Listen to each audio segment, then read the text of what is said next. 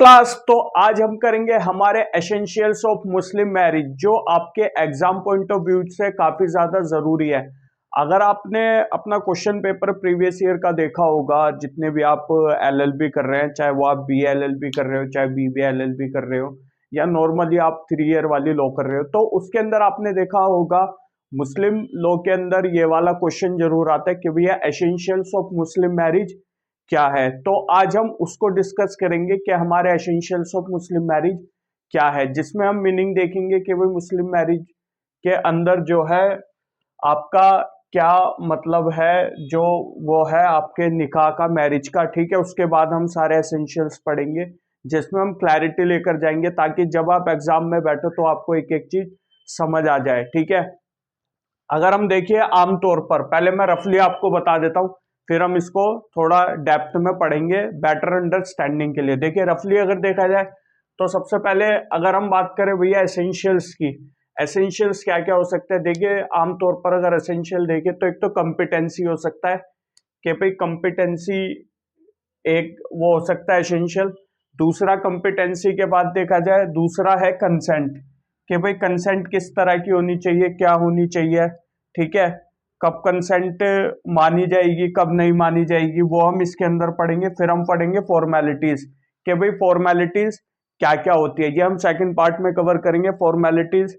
ठीक है, जैसे देखा जाए भाई कब आप ऑफर करोगे, कब उसका एक्सेप्टेंस माना जाएगा, कंसिडरेशन क्या होगा, इन सब चीजों को फॉर्मेलिटीज में हम पढ़ेंगे। फिर उसके बाद पढ़ेंगे not with in the prohibited degree, कि भैया कब किससे शादी नहीं की जा सकती। मान लीजिए दोनों ही धर्म से मुस्लिम है, लेकिन कब शादी उन दो लोगों के बीच में नहीं हो सकती, क्या कंडीशंस है, क्या क्या नहीं है, वो चीज हम पढ़ेंगे। फिर हम पढ़ेंगे महर का कॉन्सेप्ट।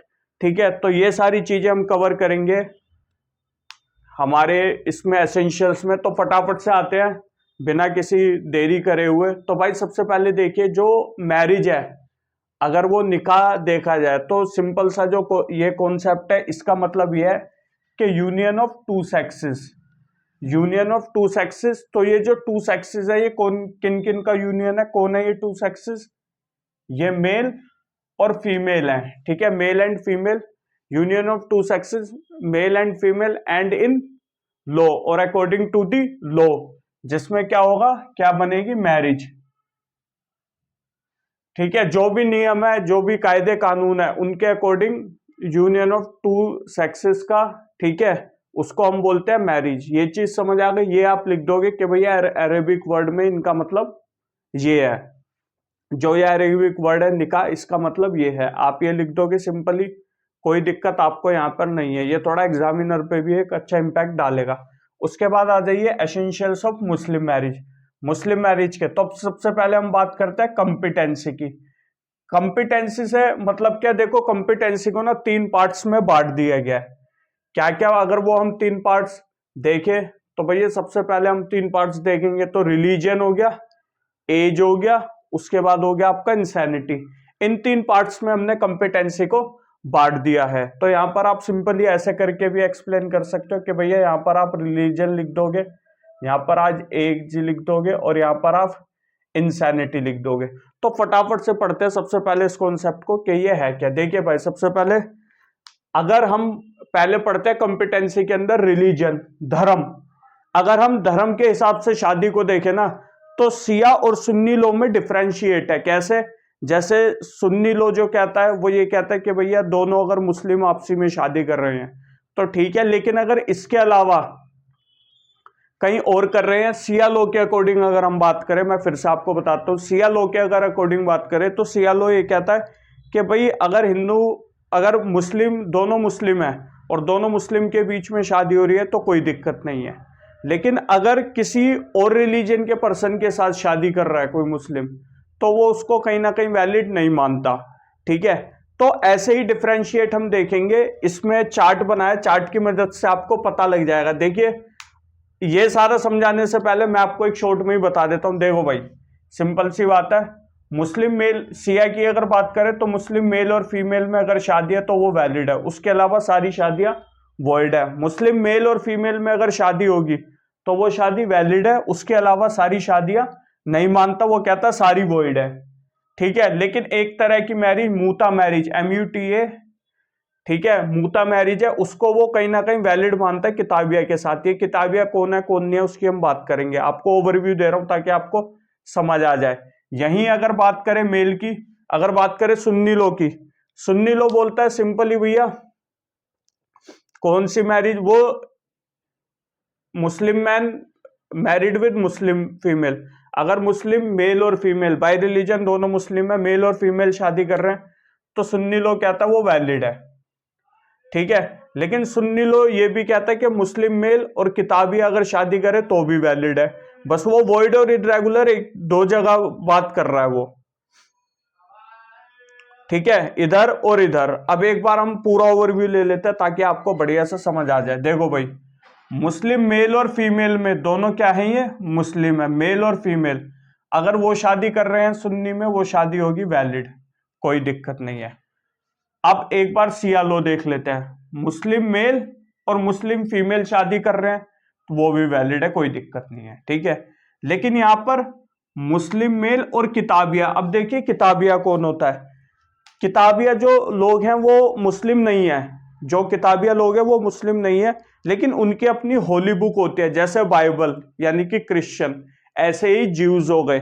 तो ज्यूज और क्रिश्चियन को ये किताबिया मानते हैं। तो सुन्नी लोग कहता है कि मुस्लिम मेल और किताबिया के साथ अगर शादी हो रही है तो वो शादी वैलिड है। लेकिन वहीं पर शिया लोग कहता है कि नहीं, वो शादी वैलिड नहीं है, वो शादी होगी वॉइड। इस चीज का आपको ध्यान रखना। हालांकि शिया लोग सिर्फ इसी शादी को ही वैलिड मानता है, बाकी सब शादियों को वॉइड मानता है। बट इसमें भी मूता मैरिज का है कॉन्सेप्ट, वो हम अलग से डिस्कस करेंगे उसके लिए वीडियो में। लेकिन वो इस वाली मैरिज को वैलिड मानता है कहीं ना कहीं, अगर वो मुस्लिम और किताबिया के बीच में हो रही है। यहां ध्यान रखना, कंफ्यूज नहीं होना, फीमेल की बात नहीं कर रहा मैं, मुस्लिम मेल की बात कर रहा हूं। तो मुस्लिम मेल और किताबिया के बीच में अगर शादी हो रही है तो वो वॉइड है। लेकिन अगर वो मूता मैरिज होती है, जिसको टेम्परेरी मैरिज भी कहा जाता है, तो वो वैलिड होगी। फिर ये भी चीज समझ आ गई। ये भी अब आ जाइए इसमें, देखिए नॉन मुस्लिम या नॉन किताबिया। नॉन किताबिया क्या, कौन लोग, जैसे पारसी हो गए या हिंदू हो गए, ठीक है, जो आइडल्स वगैरह की, स्टैचू वगैरह की पूजा करते हैं, क्योंकि हम भाई मूर्ति पूजा करते हैं, ठीक है, बहुत से लोग मूर्ति पूजा करते हैं। तो हिंदू में जो मूर्ति पूजा करते हैं उनको और पारसी को नॉन किताबिया कहा जाता है। किताबिया आप पता, किताब से याद रख लो, जिनकी होली बुक होते हैं किताब।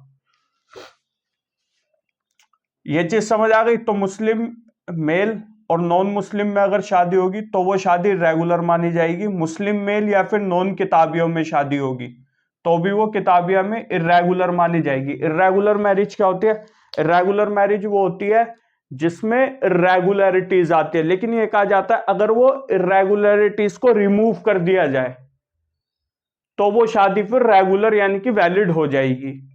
बट जब तक वो इरेगुलरिटीज उसमें है मैरिज में, जब तक वो इरेगुलर मैरिज मानी जाएगी। उस सीन में जब तक इरेगुलरिटीज है तब तक वो इरेगुलर मानी जाएगी शादी।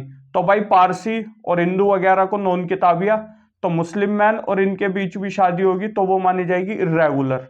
अब ये तो कहा सुन्नी लो ने, अब शिया लो क्या कहते हैं, शिया लो ये कहता है कि भाई मुस्लिम मेल से नॉन मुस्लिम की हो या नॉन किताबिया की हो, वो शादी वॉइड मानी जाएगी, हम अलाउ नहीं करेंगे, वॉइड है, ठीक है। अब इधर फीमेल, हमने यहां बात करी मेल स्ट्रक्चर की, अब यहां फीमेल की बात करें कि मुस्लिम फीमेल अगर, अब भाई दोनों में मैं बताता हूं, देखो मुस्लिम फीमेल को मैरिज अलाउ ही नहीं है किसी और रिलीजन के पर्सन के साथ करने के लिए, मुस्लिम लॉ के अकॉर्डिंग। लेकिन स्पेशल मैरिज एक्ट जो है, अगर मुस्लिम वुमेन को लॉफुली यानी कि वैलिड शादी, लीगल शादी करनी है तो उसके लिए फिर स्पेशल मैरिज एक्ट के थ्रू मुस्लिम वुमेन शादी कर सकते हैं। लेकिन एज पर मुस्लिम लॉ, मुस्लिम फीमेल को अलाउ नहीं है किसी और रिलीजन के पर्सन से शादी करना, वो शादी वॉइड मानी जाएगी, चाहे आप सुन्नी लॉ की बात करो चाहे आप शिया लॉ की बात करो। मुस्लिम फीमेल मैरिड विद किताबिया, नॉन किताबिया, नॉन मुस्लिम, इन तीनों में से किसी के भी साथ शादी करी वो शादी मानी जाएगी वॉइड। यहां पर बात करें अगर मुस्लिम फीमेल मैरिड विद किताबिया, नॉन किताबिया, नॉन मुस्लिम, वो भी मैरिज वॉइड मानी जाएगी। अब इसके अंदर ये बता दिया गया कि भाई अगर मुस्लिम फीमेल वैलिडली मैरिज करे किसी और अदर रिलीजन के पर्सन के साथ अंडर स्पेशल मैरिज एक्ट, वो शादी वैलिड मानी जाएगी, वो कर सकती है, कोई दिक्कत नहीं है। ये दोनों चीजें आपको समझ आ गई। देखिए फीमेल की बात है तो भैया दोनों में ही वॉइड है, लेकिन अगर मेल की बात है तो मेल में सिर्फ सियालो एक को ही वैलिड कहता है, अगर मुस्लिम मेल और मुस्लिम फीमेल ही है, बाकी सबको वो मना करता है। लेकिन किसको बस वो और परमिशन दे रहा है, वो टेम्परेरी मैरिज जो मूता मैरिज होती है उसको। यहां बात करें सुन्नी में तो भैया मुस्लिम दोनों में ही वैलिड है, अगर मुस्लिम मेल फीमेल कर रहे हैं वैलिड है, अगर किताबिया के साथ कर रहा है तो भी वैलिड है, लेकिन अगर नॉन मुस्लिम या नॉन किताबिया के साथ कर रहा है तो इर्रेगुलर है। ये चीज आपको समझ आ गई। ये तो कर लिया हमने रिलीजन के बेस पे एसेंशियल। अब आ जाइए एज के बेस पे। ये जो पार्ट है ना ए बी आपका सी इंसैनिटी, ये सारा कंपिटेंसी का पार्ट है।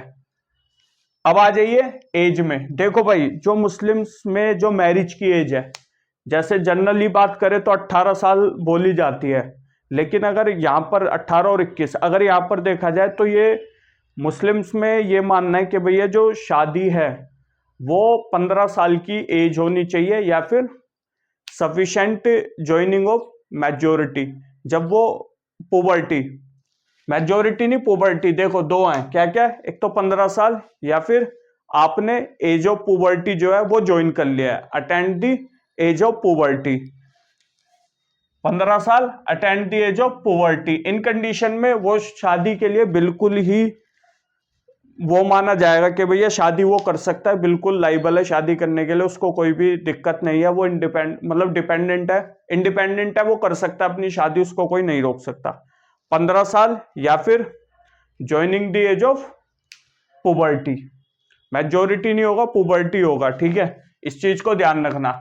अब क्या है भाई, मान लीजिए 15 साल से कम उम्र का बच्चा है, माइनर है, वो शादी कर सकता है नहीं कर सकता है? वो शादी कर तो सकता है, लेकिन वो शादी करने के लिए उसको किसकी परमिशन चाहिए? गार्जियन की। गार्जियन के बिना शादी नहीं कर सकता, ठीक है, इस चीज को ध्यान रखना। Parties are minor then marriage is solemnised through the concept of marriage through guardianship, यानी कि गार्जियन द्वारा वो शादी कर सकता है, उसको किसी भी तरह की रोक टोक या दिक्कत की बात नहीं है। अब देखिए पता है क्या, मुस्लिम लोग में ना जो मैरिज में जो एज का कॉन्सेप्ट है उसको तीन उसमें बांट दिया गया है, तीन ग्रुप्स में बांट दिया गया है। 7 साल से कम वाला, 7 से लेकर 15 साल वाला, और तीसरा है 15 साल से ऊपर वाला। 7 साल से कम वाला, 7 से 15 के बीच वाला, और 7 साल और 15 साल से ऊपर वाला, अब 15 ईयर, 3 में बांट दिया, ठीक है। अब इसकी अगर बात करें 7 साल से कम वाले की, तो भाई साहब शॉर्ट में मैं बता देता हूं, फिर बोर्ड पे बताऊंगा आपको।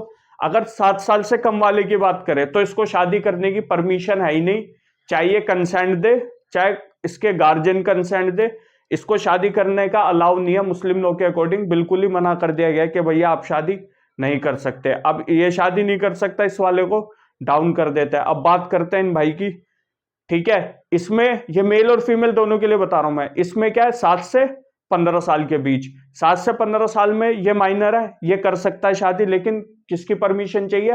परमिशन चाहिए इसमें पेरेंट्स की, यानी कि गार्जियन की। अगर गार्जियन अलाउ कर रहे हैं तो कर सकता है, अगर गार्जियन अलाउ नहीं कर रहे तो नहीं कर सकता। इस भाई को भी डाउन कर देते हैं। अब कौन सा आ गया, ये वाला पॉइंट आ गया, ये है 15 अब 15 ईयर।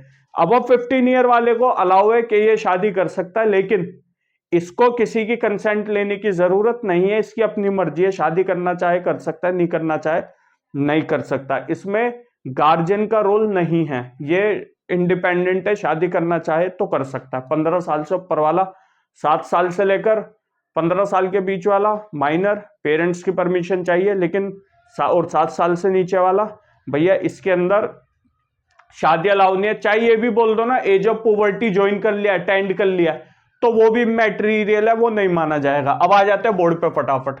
देखो भाई 3 स्टेजेस में बांट दिया है मैन और वुमेन की लाइफ को अकॉर्डिंग टू मुस्लिम लॉ, ठीक है। जो 7 साल से नीचे वाले हैं, कम उम्र वाले हैं, उनको शागीर बोला जाता है, शागीर। ये फर्स्ट स्टेज मानी जाती है, ठीक है, मैरिज की। लेकिन इस स्टेज को में अगर शादी किसी ने करी तो वो शादी हो जाएगी वॉइड एब इनिशियो। मतलब वो मैरिज मानी नहीं जाएगी, वो मैरिज पूरी तरीके से वॉइड होगी। चाहे ये ग्राउंड दे दिया जाए कि भैया ऑप्शन ऑफ पुबर्टी जो है, यानी कि जो एज ऑफ पुबर्टी है वो उसने अटेंड कर ली है, ज्वाइन कर लिया, तो वो भी इमैटीरियल माना जाएगा, वो पूरी तरीके से इनवैलिड है, मतलब माने ही नहीं जाएगा उसको। ये शागिर समझ आ गया आपको? ये वाले जो वर्ड है ना, मैं हाईलाइट कर देता हूं एक बार, अगर आपसे याद होते आप याद कर लो ना, अगर आपसे याद नहीं होते तो कोई भी दिक्कत नहीं है। जैसे वर्ड हो गया शागिर, ठीक है, अभी आ गया शारीर, यह वर्ड है शारीर, जिसमें एज क्या है, ये सेकंड स्टेज होती है जिसमें एज कितनी होती है, 7 से लेकर 15 साल के बीच की एज है। 7 to 15 ईयर के एज में होती है, जिसको सेकंड स्टेज कहा जाता है कंसेंट की, लेकिन सेकंड स्टेज कहा जाता है मैरिज की। लेकिन इसमें भी आप कंसेंट अगर दे रहे हो शादी के लिए, यानी कि जो लड़का है या लड़की है जिसकी उम्र 7 से 15 साल के बीच में है, वो शादी के लिए अगर कंसेंट दे रही है तो भी वो कंसेंट वैलिड कंसेंट नहीं मानी जाएगी। क्यों? क्योंकि इसमें गार्जियन का रोल है। अगर हाँ गार्जियन कंसेंट दे रहे हैं तो वो शादी पूरी तरीके से सही मानी जाएगी। ठीक है, guardian consent is necessary for the validity of marriage, ये चीज भी आपको समझ आ गई। अब आ जाओ बुलुग, बुलुग वर्ड, ठीक है, इस वर्ड को अगर याद हो कर लेना। बुलुग वर्ड है जिसमें जिसका मतलब ये होता है कि भैया बुलुग में अब 15 ईयर, 15 साल से जो आगे बढ़ गए हैं उनकी बात कर रहा है। ये थर्ड स्टेज मानी गई है। ठीक है, थर्ड स्टेज में क्या है, जिसमें लड़का और लड़की दोनों को अलाउड है, both are allowed to contract their marriage with their free will, उनकी अपनी मर्जी है कि वो मैरिज करे ना करे, वो अपनी मैरिज कर सकते हैं। ठीक है, with their free consent, free will, marriage under this age is recognised by Muslim law, पूरी तरीके से वैलिड मानी जाएगी जो भी अब 15 ईयर है। ये समझ आ गया आपको? कोई कंफ्यूजन नहीं है? अब देखिए, मान लीजिए इस वाले की हम बात करते हैं, शारीर की। ठीक है, अब ये जो है ना सारा ये इस पे डिपेंड है, क्योंकि देखिए बुलुग में क्या, अब 15 ईयर, भाई उसकी मर्जी है शादी करे ना करे। ठीक है, अगर इसमें शादी कर दी गई बच्चे की 7 साल से कम में, तो वो वैलिड ही नहीं है, एबिनिशियो है। ठीक है, यानी कि void ab initio, void from the beginning, जिस दिन से शादी बताई जा रही है भैया उसी दिन से वो मानी नहीं जाएगी इसके अंदर बिलो। लेकिन पंगा फंसता है यहां 7 to 15 ईयर। अब कई बार होता है बच्चों का भाई नहीं होता मन, भाई कर दी जबरदस्ती शादी। ठीक है, अब उस कंडीशन में क्या कर सकते हैं, उस कंडीशन में ना लड़का लड़की को राइट दिया गया है। क्या राइट दिया गया है कि भैया जब आप सफिशिएंट, जब पुबर्टी अटेंड कर लो, एज ऑफ पुबर्टी जब आप अटेंड कर लोगे, उस टाइम पर आपको यह राइट होगा कि या तो आप उस शादी को रेटिफाई कर दोगे या फिर आप रेप्यूटिएट कर दोगे, वो आपके ऊपर है। या तो उस शादी को आप कंटिन्यू रख लो या उस शादी को वहीं पर खत्म कर दो। ये राइट दिया गया है लड़की को भी और लड़के को भी जो माइनर थे। लेकिन ये राइट कब मिलेगा, ये राइट उनको तब मिलेगा जब वो 15 साल के हो जाएंगे या फिर वो जो एज ऑफ पुबर्टी है जब वो अटेंड कर लेंगे, ये राइट उनको तब दिया जाएगा। दोनों कंडीशन समझ आ गई, या तो 15 साल की उम्र जब हो जाएगी उसके बाद, या फिर सफिशिएंट जो ये है एज ऑफ पुबर्टी जब ये अटेंड कर लेंगे वो तब दिया जाएगा। इसमें एक चीज और ध्यान रखना, ये कब से कब तक है, ये 15 से 18 साल तक ही अलाउ हो सकता है। 18 के बाद आप इसको शादी को खत्म नहीं कर सकते, कंटिन्यू तो ऑटोमेटिकली रहेगी ये।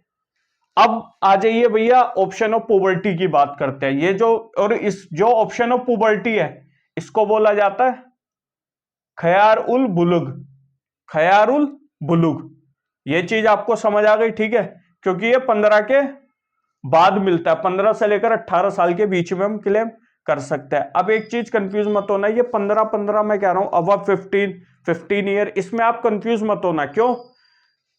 देखिए 15 साल, 15 साल जैसे 12 बज गए, 12 बजे वो 15 साल का हो गया, क्या 12 बज के 1 सेकंड या 12 बज के 1 मिनट पे वो 15 साल का होगा? नहीं, वो 15 साल से 1 मिनट आगे चला जाएगा।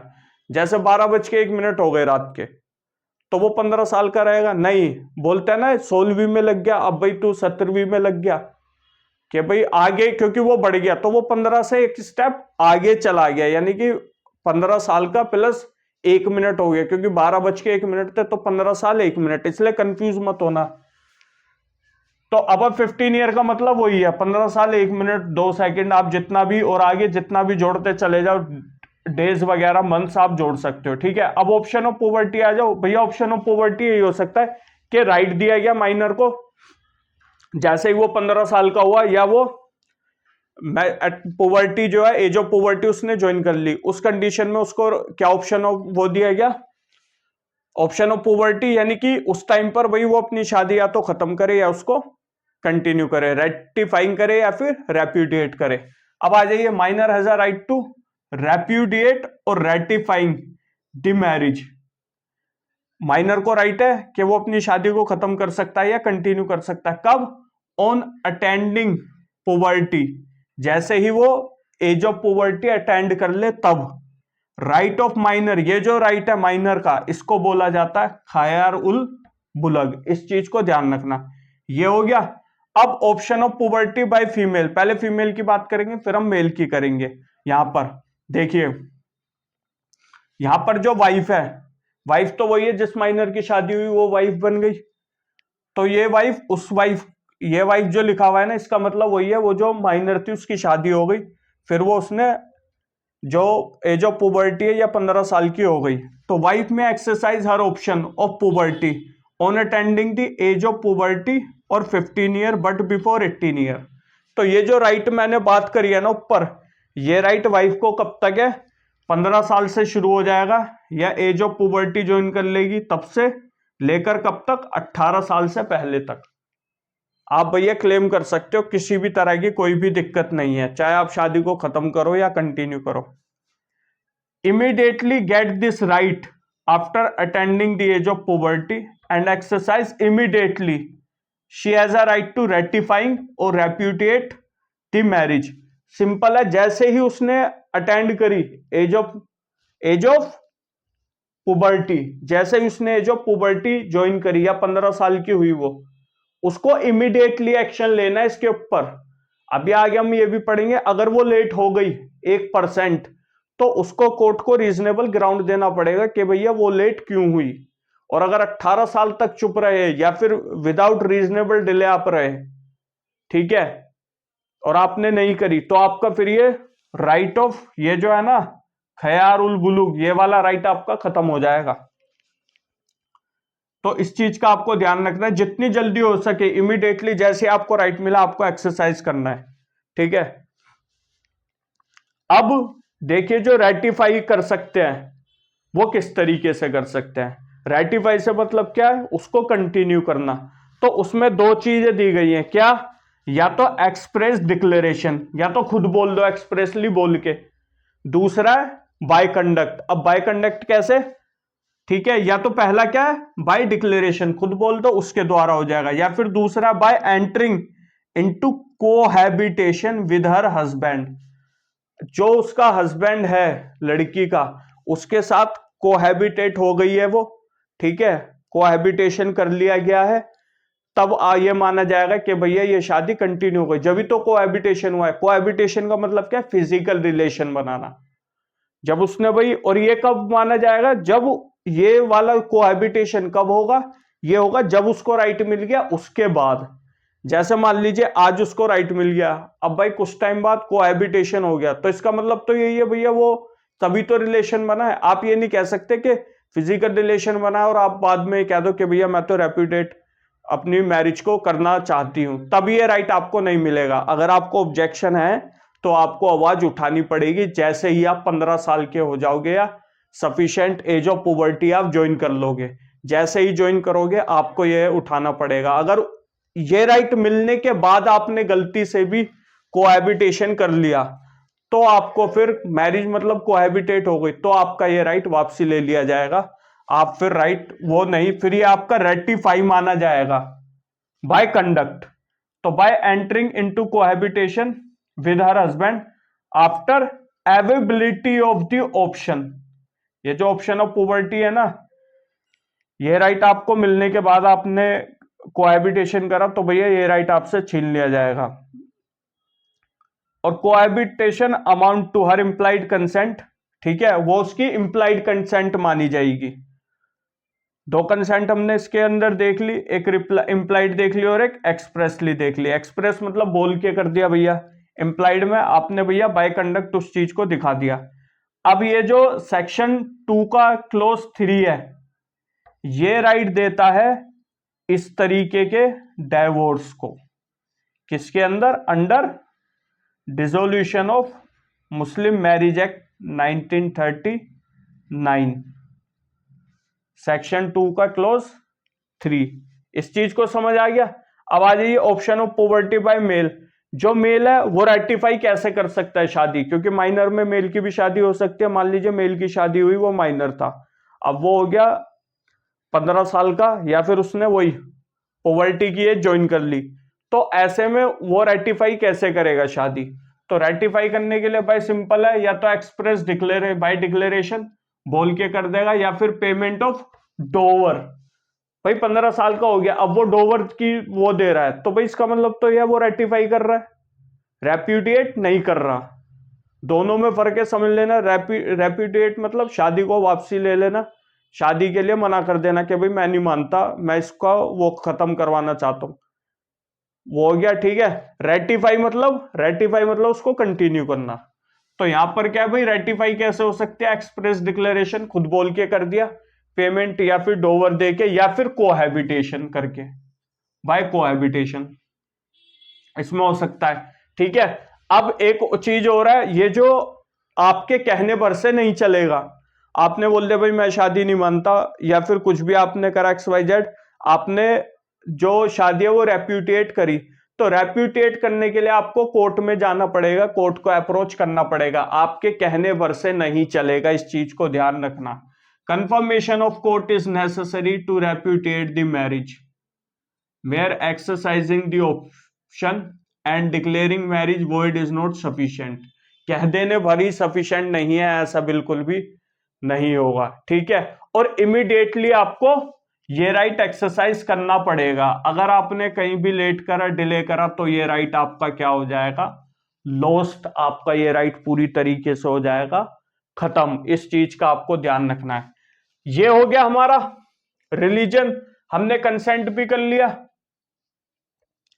रिलीजन हो गया हमारा, हमने भैया एज वाला फैक्टर भी देख लिया। अब आ जाइए इंसैनिटी। ये तीनों किसके पार्ट है, ये तीनों पार्ट है कॉम्पिटेंसी के, तो कंफ्यूज नहीं होना है। अब आ जाइए इंसैनिटी। इंसैनिटी क्या कहता है, at the time of marriage both the party must be sound mind, unsoundness of mind ना हो शादी के टाइम पर।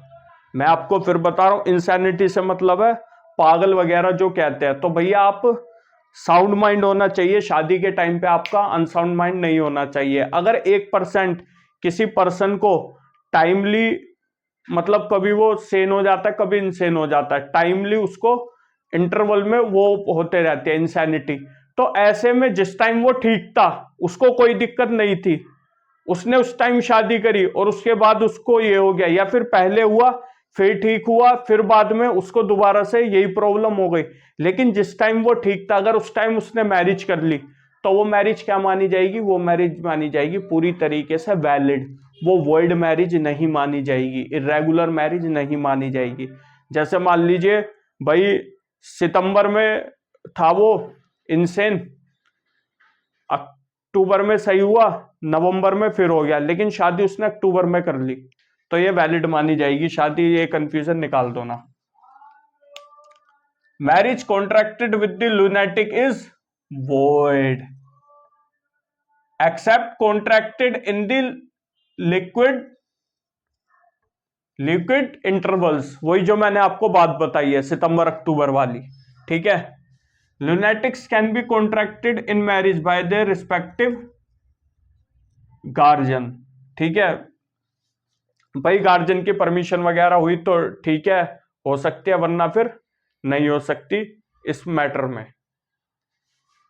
अब आ जाइए कंसेंट पे। अब बात करते हैं हम कंसेंट पे। भाई देखो कंसेंट का ऐसा है, शादी करने के लिए अगर भाई कंसेंट ठीक है, देखो इसमें क्या है, कुछ ग्राउंड्स दे रखे हैं। ये एक तरीके का कॉन्ट्रैक्ट एक्ट की तरह है कि भैया अगर ये कंडीशन आ गई तो शादी वॉइड हो जाएगी, अगर ये कंडीशन है तो वैलिड है या वॉइडेबल है, तो ये सारे हैं। तो सिंपल सी बात है भाई, देखो कंसेंट में यानी कि अपने मन से शादी इच्छा करना कि हाँ भाई चलो मुझे इस पर्सन से शादी करनी है, जबरदस्ती करा रहे हैं नहीं, वो एक अलग चीज है, वो नहीं मानी जाएगी। ठीक है, कंसेंट में देखो parties contracting there marriage from free will and consent.